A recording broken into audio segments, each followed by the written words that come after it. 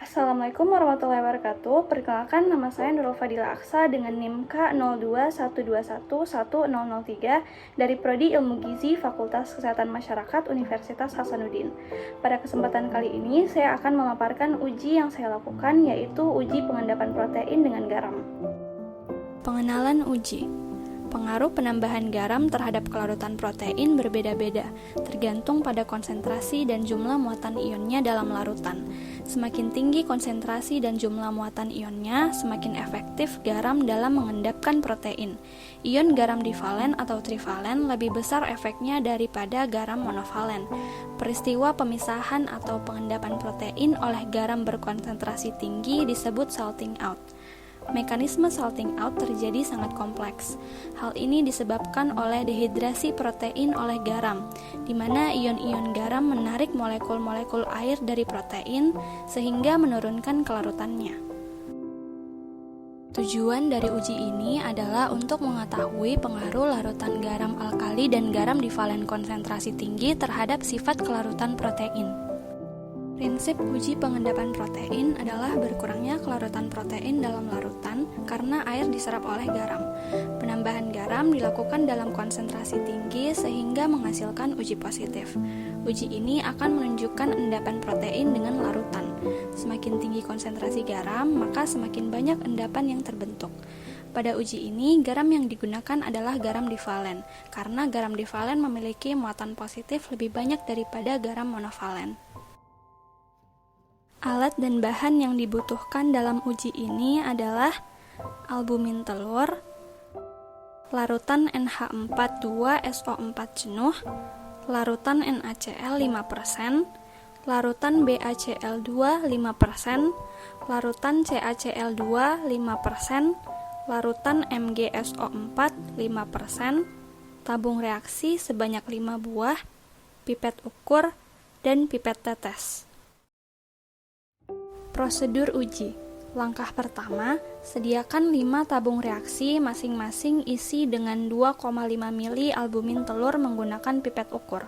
Pada uji ini, ada 5 larutan garam yang akan dibandingkan. Langkah kedua, pada tabung pertama, tambahkan larutan NaCl 5% sedikit demi sedikit menggunakan pipet tetes sampai timbul endapan.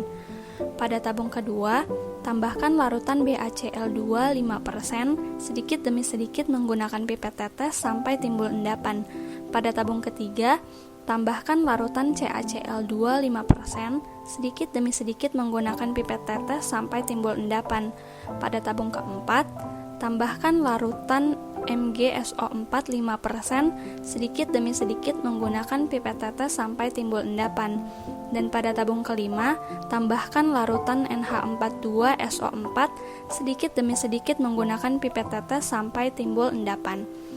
Tujuan penambahan larutan garam yang berbeda-beda ini agar hasil endapan protein yang diperoleh juga berbeda-beda. Pengaruh penambahan garam terhadap kelarutan protein berbeda-beda tergantung pada konsentrasi dan jumlah muatan ionnya dalam larutan. Semakin tinggi konsentrasi dan jumlah muatan ionnya, semakin efektif garam dalam mengendapkan protein. Langkah selanjutnya, tambahkan kembali larutan-larutan garam secara berlebihan. Prosedur penambahan garam dengan konsentrasi tinggi akan menyebabkan terjadinya peristiwa salting out. Pada proses selanjutnya, molekul air yang semula terikat di permukaan hidrofobik protein kemudian saling berkaitan dengan garam. Protein akan saling berinteraksi dan mengendap atau salting out jika semakin banyak air yang berkaitan dengan ion-ion garam. Langkah terakhir, kocoklah tabung kemudian amati perubahan yang terjadi. Hasil yang diperoleh untuk tabung pertama, di mana albumin telur yang dicampur dengan larutan NaCl 5% bereaksi dan menghasilkan endapan yang sedikit. Pada tabung kedua, albumin telur yang dicampur dengan larutan BaCl2 5% bereaksi dan menghasilkan endapan yang banyak.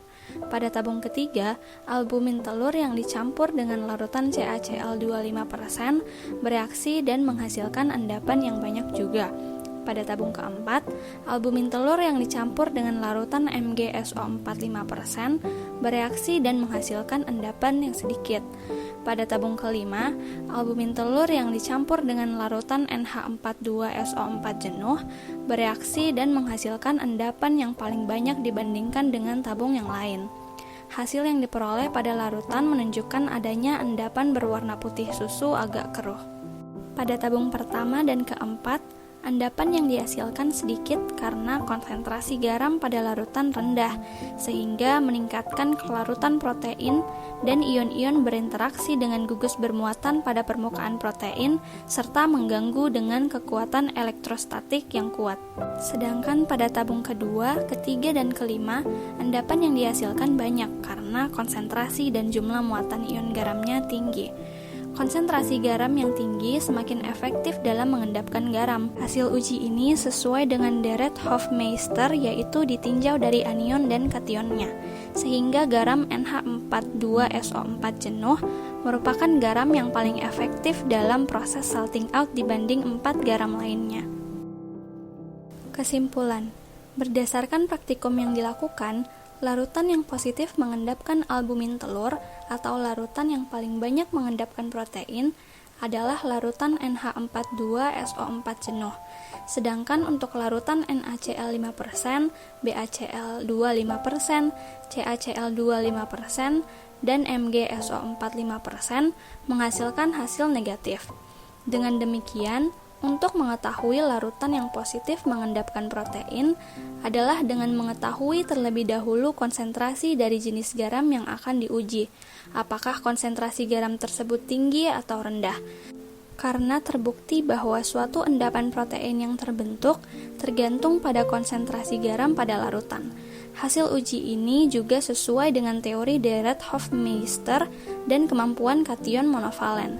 Dengan demikian, garam divalen seperti amonium sulfat atau NH42SO4 dalam pengendapan protein lebih efektif dibandingkan dengan 4 jenis garam lainnya.